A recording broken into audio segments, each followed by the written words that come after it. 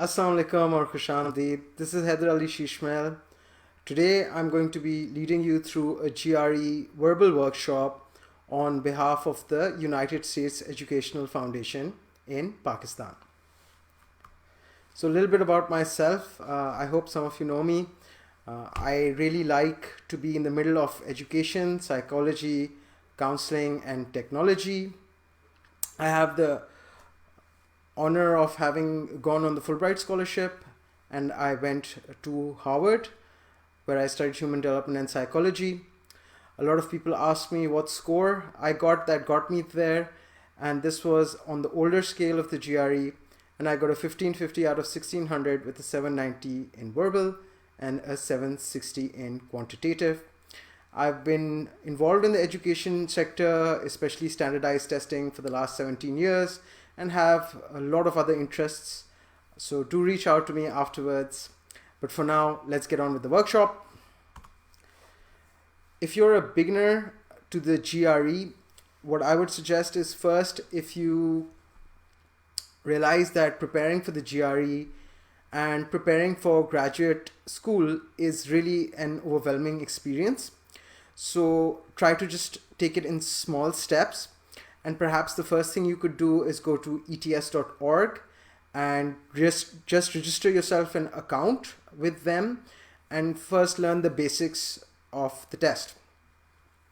Once you've gone through the official materials like the Power Prep software and have maybe taken a diagnostic test and a little bit familiar, then you can start increasing your speed and looking at more advanced and difficult topics and questions in the GRE. The objectives for today's workshop is that it's going to be hopefully for about 40 to 50 minutes. I don't know until I finish recording. The difficulty level is going to be advanced, and the reason that is because thanks to the halat these days, a lot of you are at home, so we are imagining that the people who are going to tune in and listen to this recording are going to be those who are already quite familiar with the GRE. So I'm hoping to give, if you're a beginner, I'm sure there's going to be some stuff that is really going to make sense, and some stuff might feel a little bit too much. But don't worry about that. You might want to, familiarize yourself with the GRE before you come to this. If you're an intermediate, advanced, or a high-level test taker, I think you're going to find a lot of good and precious and valuable material in this workshop.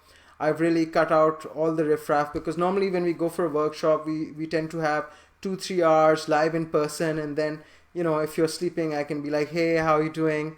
But in a recording, it's really difficult to keep people engaged. So we're going to keep it short, and we're going to basically look more at the intermediate or advanced level of working. The agenda for today's workshop is going to be vocabulary. So I'm going to go through exactly how I prepare I prepare students to learn words, and what are the different ways you can learn vocabulary. So people just know one or two ways. I'm going to go through a wide variety of methods. I'm also going to talk about active reading and speed reading. So literally it's going to be about your reading comprehension and about your test-taking reading skills. And interspersed throughout the presentation are going to be a few questions which are going to have some application and strategy of what we are discussing in the slides, and maybe one or two other things. A lot of you might be wondering, do I really have to learn vocabulary? And the answer is that yes, you do. It's highly recommended, because the GRE level of English is not the conversational level which you and I are used to. It's more at the graduate study level, and it's highly needed in the sentence completions, in the sentence equivalence. It's very useful in the reading passage, especially those questions which are for definitions. And more or less, even other than the GRE, having a high level vocabulary prepares you for graduate study and for reading in the graduate universities for your master's and PhD programs. So we were discussing about vocabulary, and we're going to go through now the vocabulary section. So here we are. And the first thing I'm going to talk about is vocabulary word lists. Now, this is pretty straightforward. There are a lot of vocabulary word lists, and it's just like as if you're reading from a list or from a dictionary. So you have a page, you have a word, and you have a definition, and maybe it's used in a sentence.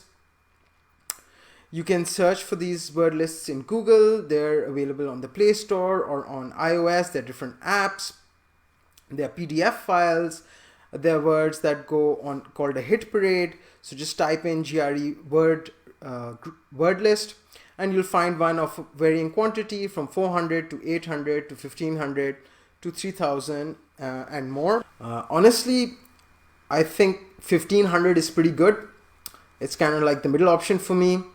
If you're pressed for time, maybe a 400 or an 800, and if you have lots of time, then you can try 3000 or even 5000, although really that's a little too much. But it's good to see what's in a 5000 word list. So choose the list that works for you. There are many options. Some have less detail, some have more detail. Choose one that works for you. I usually start with the Kaplan and Princeton GRE vocabulary list, and then I go to Google and I see something else that I may like. So here is an example. This is from Kaplan. And as you can see, there's a word like anomaly. It's a noun, so it tells you whether it's a noun, it's a verb, it's an adjective. An anomaly is something that is unusual or unexpected. It's a noun. So somebody who's very used to maybe getting a 4.0 GPA and then gets a C in a test would consider it that it was an anomaly. Maybe they were ill. Next, we have a little bit guided practice. This is a sentence completion and showing the use of vocabulary. So this is to try and hopefully motivate and convince you that you really do need to learn vocabulary, and even if you do know the words on this one, you know what I'm talking about. So the question asks, the narratives that vanquished people have created of their defeat have, according to Shivelbush, fallen into several identifiable types. In one of these, the vanquished managed to dash the victor's triumph as the result of some spurious advantage, the victors being truly inferior where it counts. Often the winners dash this interpretation, worrying about the cultural or moral costs of their triumph and so giving some credence to the loser's story. So before I dive into the answer choices, my method usually is to try to make sense of what I'm reading and propose what words I would normally want to put in the blank myself, and then look at the answer choices. So in this, what I'm reading this is something that's talking about like how, American Indians might have lost their land, and they, attribute the triumph to some spurious advantage like the use of rifles. So, they just won because they have rifles, we don't have rifles. And but they're truly inferior where it counts. For example, moral thinking, they're not, good people. And the winners, because they're guilty, so they also, tend to give some credence or some belief or, some value to the belief, because they're also looking to assuage or lessen their guilt. So in the first blank, we would say the vanquished managed to construe the victor's triumph as the result of some spurious advantage. Construe means to make something up or kind of attribute to, whereas the other words are acknowledge and anoint. Anoint is something where, usually it's some kind of ceremony, some blessing where you put some oil on some king or something, that I anointed, the bishop anoints the king, or some kind of ritual like that. And acknowledge means, of course, to admit, but that doesn't really fit here. So I would say that go with A, which is construe. And if you know the definition of construe, of spurious, of credence, then vanquished, then you would have a much easier time understanding this question. In blank 2, I would go with collude in, because often the winners collude in this interpretation because they're worrying about it. So they're not disregarding it, they're not taking issue with it, because they're guilty about their cultural or moral costs. So they want people to believe that, yeah, you know, these guys are right. It was because of the rifles. We aren't actually any better than them. We just had this advantage. So that's a sentence completion and the use of vocabulary. Moving forward, I'm going to now talk about vocabulary word groups. So word groups are like if you put an umbrella and you put a word on top, and every word that is like it can come in this group. This is often known as a synonym, which is an alternative to the word which has the same meaning. It can also be a grouping according to a theme. This is kind of how metaphors work. Or it could also have a grouping according to an antonym, which is the opposite meaning of that word. So here I'm going to show you an example. We have someone's dropped a catch or something like that, and the team is crestfallen. Crestfallen is an adjective. That means it's a kind of a describing word. It describes the feeling, and the definition is that of being sad and disappointed because you have failed and you did not expect to fail. So the usage is the sportsman was crestfallen when he was disqualified in the last round or when he dropped the catch. So what are the synonyms of crestfallen? Now, if you go on Google and you look in a thesaurus, or just type in the word synonym with a word, you could be able to make your own word group. Although a lot of word group lists are available, much like word lists are available, word group lists are available. There are so many synonyms of crestfallen, including some that you are very familiar with, like disappointed and disheartened or forlorn, and some that you're less familiar with, such as dolorous or despondent or desolate. So when we learn vocabulary through word groups, it's very good in the sense that through we form these associations with words, so we know, and often there are also roots which sound the same. I'm going to get to that.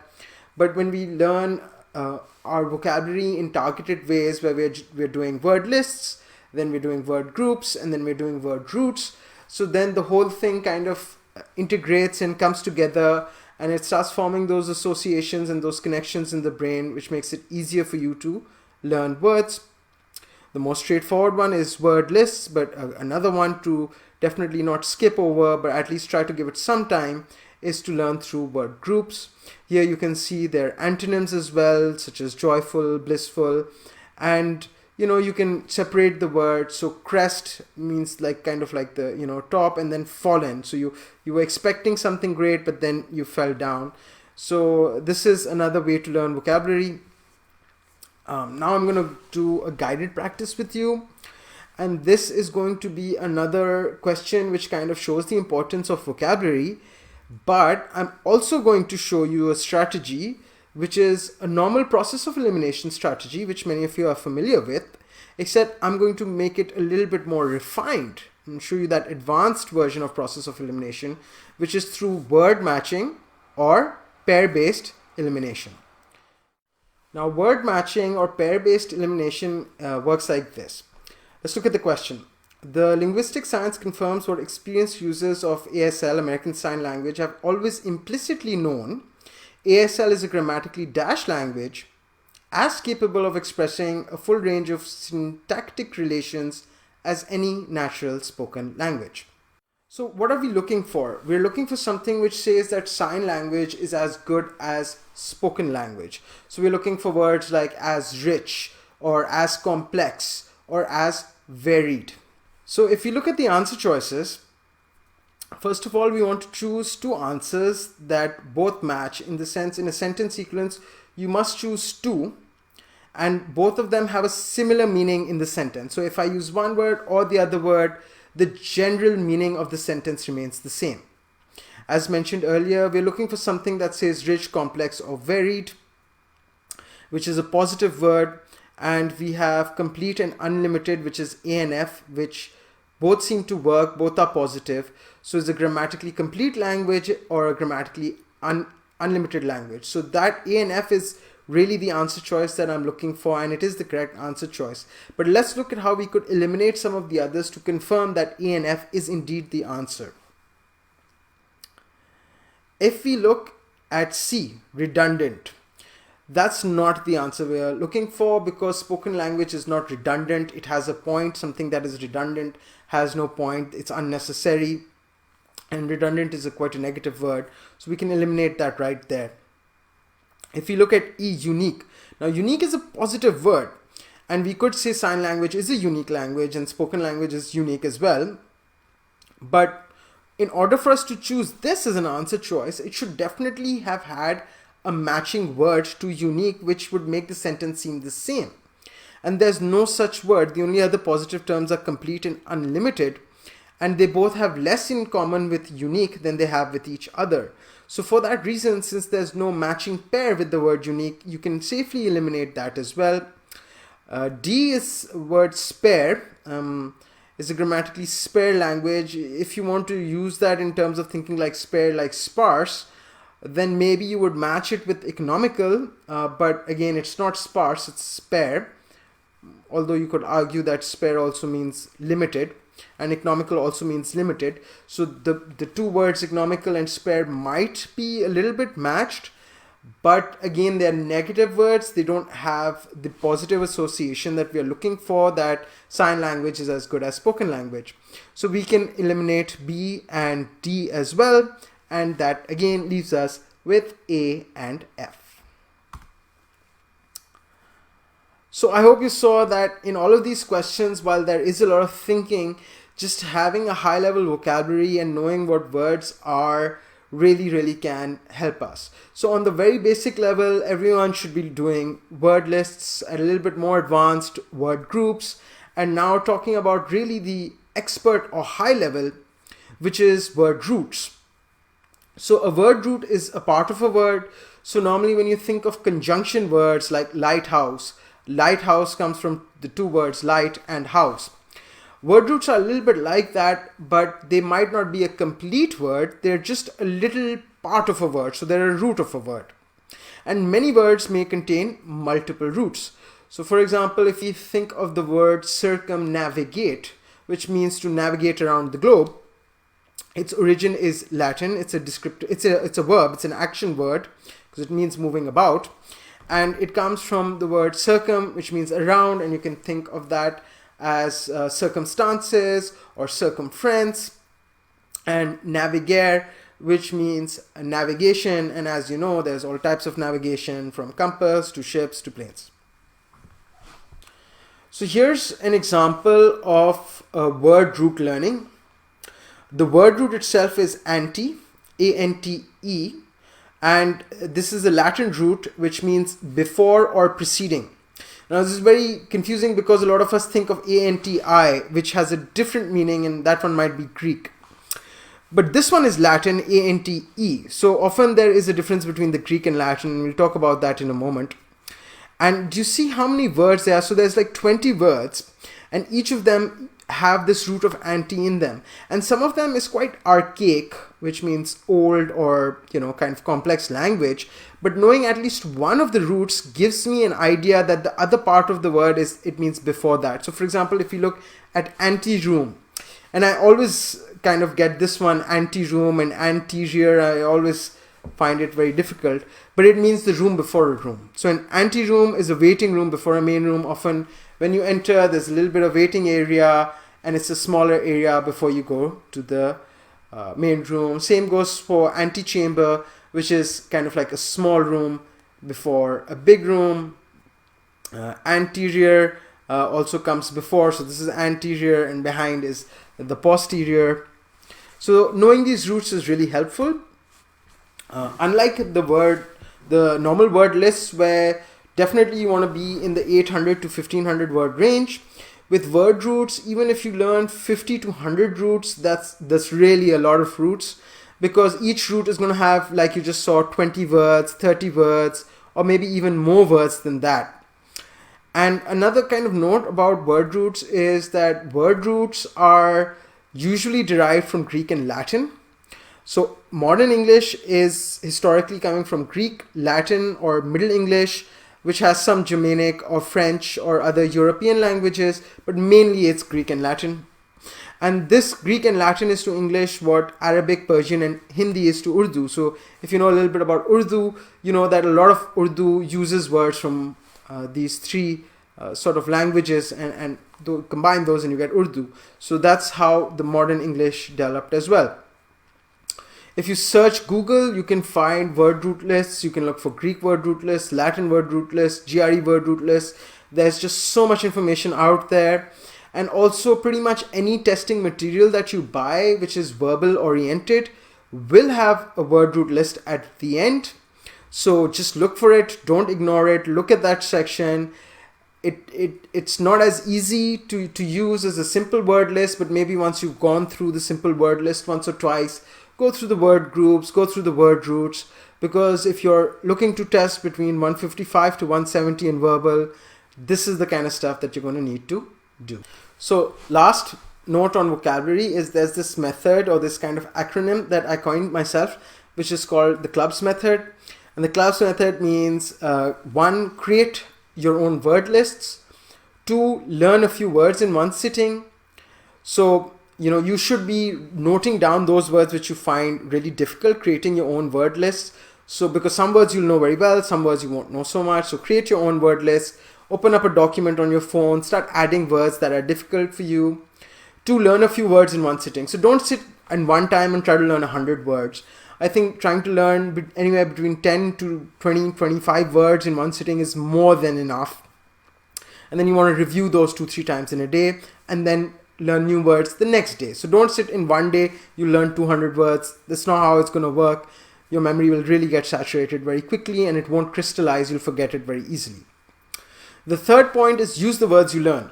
So if you don't use it, you lose it. So when you learn some words, drop it into some conversation. I know people are going to look at you funny, but what do you care? You're going off to graduate school, inshallah. So use the words that you're learning. Use them in your own head and use them with people or find a study buddy or just, try to use some varied and complex language. Point number 4 is become an etymologist. An etymologist is someone who studies words. So this is if you look at a word which is kind of new to you, you might, write it down and rather than just write define, write the word etymology or write the word origin, which will show you what the origin of the word is, what the root of the word is, whether it's Latin, whether it's Greek, when it was first used. And knowing this information, like for example, circumnavigate was first used in the 1600s, you can form those connections and associations that's the time sailing was happening or the first wave of globalization. And it just helps you learn words better and it satisfies your curiosity. And the last point is the S, which is study vocabulary daily, because you need to be consistent with your prep. Otherwise, you're going to forget the words that you learn very, very fast. Now we have another question, which is making sense of difficult sentences, the role of vocabulary and reading sense and style. The macromolecule RNA is common to all living beings in DNA, which is found in all organisms except some bacteria is almost as. Now, on my first read of this, and maybe right now as well, because I wasn't being very mindful, I got really confused because I thought the subject of the sentence is RNA and the macromolecule RNA is common to all living beings, comma, and this is a trick where when you see the comma, you can ignore what's in the middle and go right to the last comma. Is common to all living beings, comma is almost as. And that actually doesn't make sense. So right now, one is that there are a lot of difficult words here, like ubiquitous, which means everywhere at the same time. And some of you might find other words here difficult as well, but the main thing is that the sentence right now is difficult to me. It's not making sense. So let me change my reading style. If I pay attention to the comma at the start, the RNA is common to all living beings and DNA, which is found in all organisms except some bacteria, is almost as universal or ubiquitous. So the answer is D and F. And if you see how I changed my reading, because if I couldn't make sense of a sentence where I had paused long, I was supposed to pause short, and where I had paused short, I was supposed to pause long. So actually it's talking about DNA and not RNA, and it's comparing DNA to RNA. It's saying RNA is found everywhere and DNA is also found pretty much everywhere except some bacteria. So the word tells us common to all living beings, found in all organisms. So the words we're looking for is universal and ubiquitous, which means found everywhere. Okay, so that's all for vocabulary. And now we're going to move on to reading. If you're finding this presentation a little too much, please take a pause. It's a recording. You can take a few minutes, have a cup of tea and come back to it. Now, there is no test prep book or answer strategy that can help you if you cannot read and comprehend the passage. So think about it. If you can't understand what you're reading, what is any answer strategy going to help you? Okay, so the best, quickest and most effective way to prepare for the GRE reading passage, once you're familiar with the basics of the test, so once you know what the test is about, is to start doing active reading daily or close to daily, which means every day or every other day or as many times a week as you can. And you do this active reading from aldaily.com. So pause and check out aldaily.com right now. As you can see, I've opened up Al Daily, which stands for Arts and Letters Daily. You have to read the articles of note and the essays and opinions. You can ignore the middle column. Just check this out, okay? Because, you know, some of these articles are really long and honestly, they're the best of the best. So if you're thinking, I read Dawn, I read Tribune, it comes nowhere close to this. Or even if you're thinking, well, I read international newspapers and magazines, well, Al Daily is a repository. It's a collection of the best of the best of the international news and magazines. From magazines like Science, from Nature, from New York Times, the best of the best. And you don't have to finish entire articles or essays. And if you're finding it very difficult, it's okay if you don't read for a long time. It's okay if you read just 10 minutes in a go, or if you read 5 minutes, or if you read 15 minutes. So long as you read once or twice a day and you read from the quality passages and writers like those found on aldaily.com, and this alone is going to boost your score anywhere between 10 and 20 points. Trust me, I've been doing this for 17 years. I know what I'm talking about. So go and start reading here for 15, 20, 30 minutes a day, once or twice a day, and see the difference in your score. Also, you have to do active reading, and I'm going to tell you what that is in a moment. So what is active reading? In active reading, you have to question what it is you're reading. You don't just read passively, like, you know, the way we watch television, it's happening, okay. No, you have to question. What are you reading? Why are you reading this? What is the writer trying to tell you? Is the writer convincing? How is the writer persuading you? What is the writer's style? What is their purpose? What is their intent? Are they seeking to entertain? Are they seeking to convince? Are they seeking to bring light to an issue? What is the purpose of this passage? What is the tone? What is the technique? Are they writing anything between the lines? When are they making hypotheses? When are they making opinions? When are they making arguments? Are they providing evidence? What kind of evidence? Are they providing examples? How many examples? Can you think of counter evidence or some other facts or some other examples? So this is active reading. Being even more active with your reading is looking for words in their passages that you're not familiar with and adding those to the word list that you were creating earlier, like on your phone in the clubs method. And also Googling those words, learning them, using them. And lastly, when you read from Al Daily, notice how these authors are structuring their sentences and their paragraphs. Look at their grammar, look at their flow, and this is going to really help you in your reading comprehension. It's going to help you as a writer, it's going to help you as a reader, and it's definitely going to increase your GRE score by 10 to 20 points. This is like my guarantee to you. If you read from here and it doesn't work, you call me and you tell me, and I'm going to figure that out. So now we're going to do some guided practice. We're going to dissect a comprehension and going to do some active reading. For the past 2 years at Fast Corp, there has been a policy to advertise any job openings in current employees and give no job to an applicant from outside. If a Fast Corp employee applies who is qualified for the job. This policy is strictly followed, yet numerous employees of Fast Corp have been qualified for given entry positions, and some entry positions have been filled from outside the company. So this is kind of like, you can say something about maybe kind of like a reporting, like a factual reporting that's going on, where they're saying there is a policy, it's been strictly followed, but for some reason, you know, there have been jobs that other people have been given, even though they want all Fast Corp employees to be promoted to those maybe entry-level management positions. Now, what could be the reason for that? If I was doing active reading, I could have thought, well, the reason for that is if I believe the passage to be true, and according to the question, the question does ask if the information provided is true, which of the following must also be true? Well, if the information is true, it probably means some of the Fast Corp employees weren't interested in those entry-level positions. Why else would they not be filled by them if the policy is true and holds? Let's look at the answer choices. There have been some open jobs for which no qualified Fast Corp employee applied. So this is a really good answer, because there were qualified Fast employees, but none of them employed, so they weren't interested. B, some have not been advertised. That's not what it says, because it says that would be a kind of a betrayal to the policy, that you say we have this policy but you don't tell anyone about it. Total number of employees has increased. That's completely irrelevant.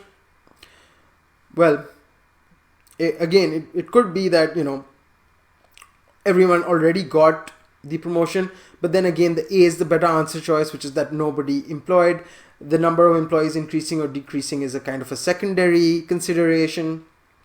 D, Fast Corp has hired some people for jobs for which they were not qualified. That's irrelevant, because it's not talking about the employees or the outside people. E, all the job openings have been for entry-level jobs. That's interesting, but we don't know that is this entry-level management, and are there jobs which are like even lower than entry-level jobs? So I would not go with E either. I think A is the best answer choice, and indeed A is the answer. So coming up next is speed reading. What is speed reading? Well, speed reading is reading really fast. Why do we speed read? To get an overall picture of a passage really quickly. Now, surprisingly, average reading speed is not very different from person to person. So a person who reads a little bit faster than the other person, if they're doing a normal reading, the difference is actually not as much as you would think. The real difference is in the way that people read. So for example, if you're doing a comprehensive or a detailed reading, it's slow, it's careful, it's deliberate, you're sounding out every word that you read, you're looking at it, and you know, some test takers think that they have to read like this, but actually this is not how you're supposed to read in the GRE. So you're not supposed to read slow or do very detailed reading. And of course, average reading is a bit faster than that. Then there's something called meta-guiding, which is kinetic in the sense that you can use your finger or a pen to move really, really fast per line. So you're reading really, really quickly, but you're not sounding out every word.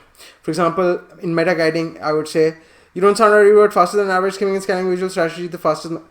That's kind of how a meta-guiding works. It's actually not my preferred strategy, but it is faster than average reading, and it works well for some people. What I like is the skimming and scanning, which is a visual strategy. This is the fastest method. It can be up to 3 times faster than average speed. Many details are left out, and you must reread sections based on what the questions have asked. I use skimming and scanning speed reading along with an adaptive method of test-taking reading, which I'm going to share with you. But skimming and scanning is like this, where you read maybe the first few lines in the sentence, the middle lines, the first few words in a sentence, the middle few words, the last few words, or in a paragraph, the first few words in a line, then the second half of the second line, and the first half of the. So you're kind of reading in a zigzag pattern rather than in a linear pattern. Now, the adaptive method, now first of all, I just want to say that everyone is different, everyone is an individual, our brains are different, our styles are different, our personalities are different, but I'm just going to share with you an adaptive method which can be customized for every individual, and depending on the particular test that they're doing, the particular section and the particular circumstance, so how much time they have left, whether it's the start of a test, the end of a test, the middle of a section. And this takes into account individual differences and circumstantial differences.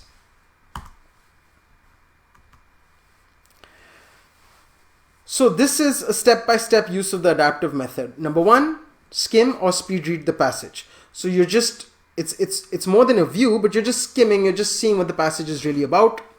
Number two, you view or scan the questions. So you see what are the questions about. You don't at this point read the questions. Once you've scanned the questions, you read the question that is fastest or easier to answer. So in your scanning, you picked out which one you think is easy, maybe because it is pointed out to the line and it just wants a definition. And then you read just the question stem and not the answer choice. So only at point 3 did you do a kind of a detailed reading or a slower reading. In points 1 or 2, you just did a skimming and scanning and a viewing. In point 3, after the viewing, you chose a question and you read the stem, not the answer choices. Then you go back and view the passage holistically. So again, you scan the passage and you try to establish where this answer lies. You note where the answer lies, then you read around that carefully. So if the answer lies in paragraph 2, line 2, read paragraph 2, lines 1, 2, 4 or 5 pretty carefully. Propose your own answer, so what you think matches the question stem. Then return to the question and try to match your answer choice with the answer choices given in the stem. And if a match occurs between your proposed answer and the answer choice given, then mark it as the answer and then repeat from point 2 on the viewing and scanning the questions till all questions are complete. So this is a kind of a smart test taking or smart test reading comprehension strategy. Do note there are some high level test takers, kind of like myself, who tend to prefer a bulldozer method. And a bulldozer method is just that we just answer every question in order because we know our speeds are fast and our vocabularies are very high. But even myself and other people like me, when we reach a section where time is short and now we are in a problem, we follow a strategy kind of like this to try to attempt those questions which are easiest first, and doing a lot more speed reading and a lot less detailed reading and a lot more guessing and process of elimination. So now we're going to do a guided practice of the adaptive method.